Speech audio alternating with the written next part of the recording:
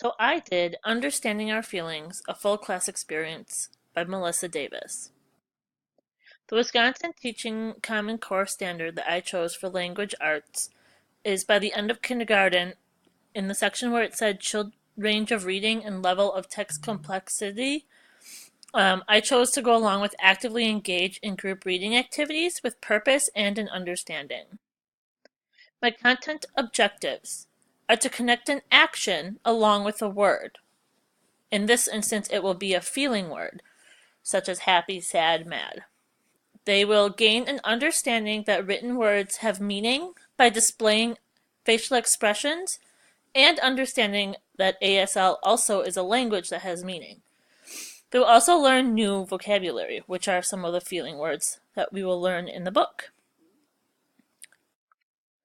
Language objectives: listening, speaking, reading, and understanding. The children will listen to the story.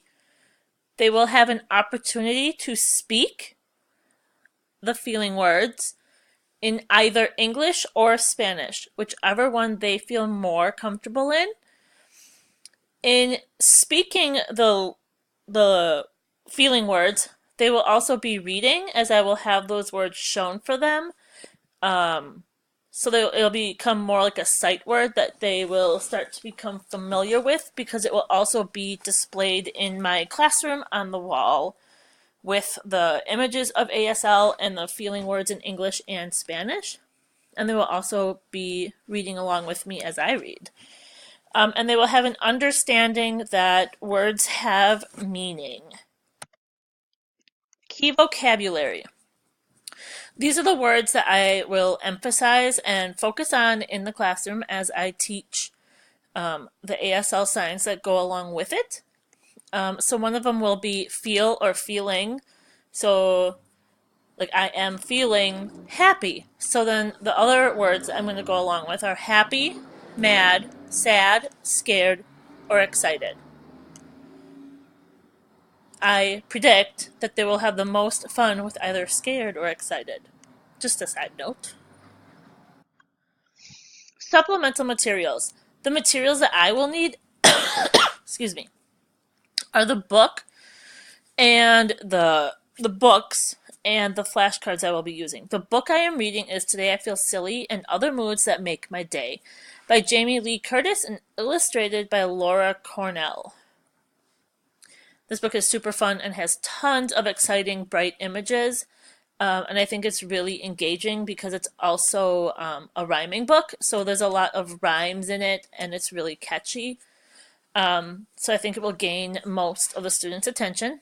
The Easy Guide to American Sign Language, that's another book I have where I checked and got some of the signs out of for the feeling words that we will be using. And then I need to have also the words written or typed in English or Spanish, along with an image, like a flashcard of the ASL sign. Preparation, adaptation of content. So to adapt some of my content is to add the ASL. And the reason that I was drawn to this is because, of course, I feel super strongly about ASL in the classroom and the importance of us learning it as a culture.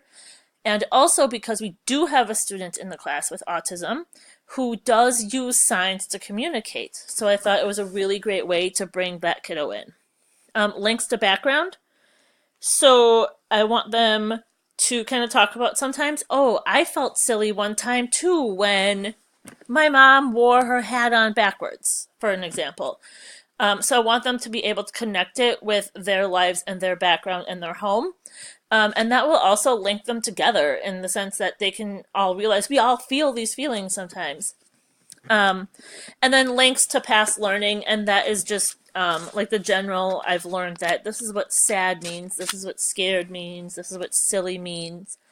And I predict that with the 3 to 5-year-olds, most of them will just show me what it means to them. That they won't really have descriptive words for what they feel like, because at that age it is just a basic feeling.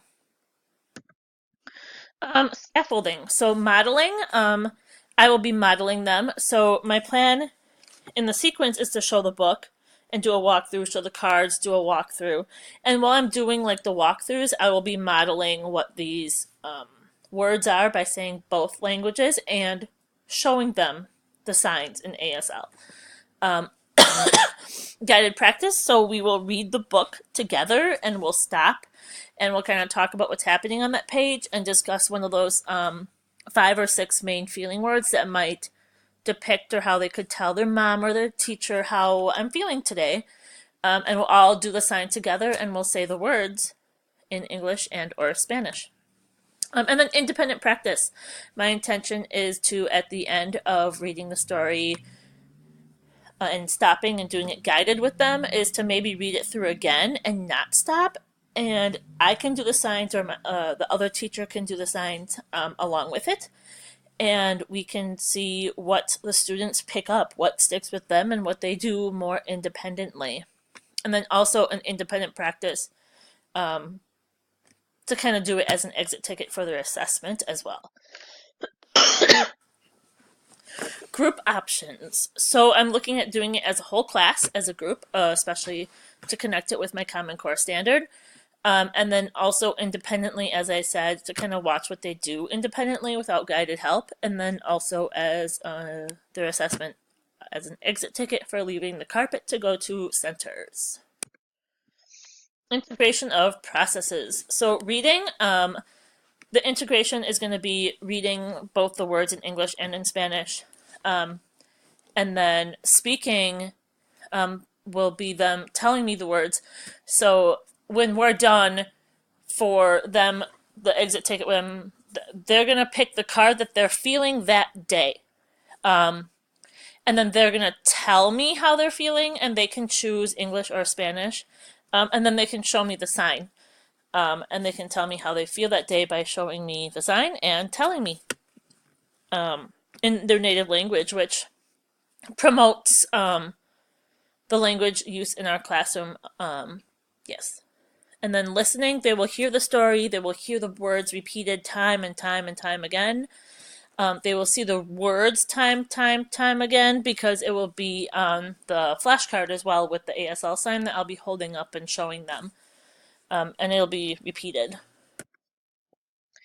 Application, it's definitely hands-on. The students will be using their hands to speak, along with when they're leaving, they get to pick up the flashcards and tell me which one they're feeling like. And then it's meaningful because at 3 to 5 year olds, we all have feelings. We all want to express our feelings. So I think it's super meaningful for them to learn how to express those feelings any way that they feel comfortable, and kind of opening the possibilities for new ways to feel. And it promotes engagement because of all the different types of connections I have throughout the lesson. Reading, listening, speaking, saying. It really engages the students time and time again in different formats, so children who learn in different ways can learn it differently. And then, as I said, the assessment, they will, as a group, I'll get to see them participating and going through with it, saying the words, showing me the words. Individually, as the exit ticket, as I stated, they will pick how they feel, and they can show me the facial expression, the facial expression and the ASL. And then orally, they get to read to me on the card, or say, in the English language or the Spanish language, what that feeling is. So that's all I had. Thank you so much.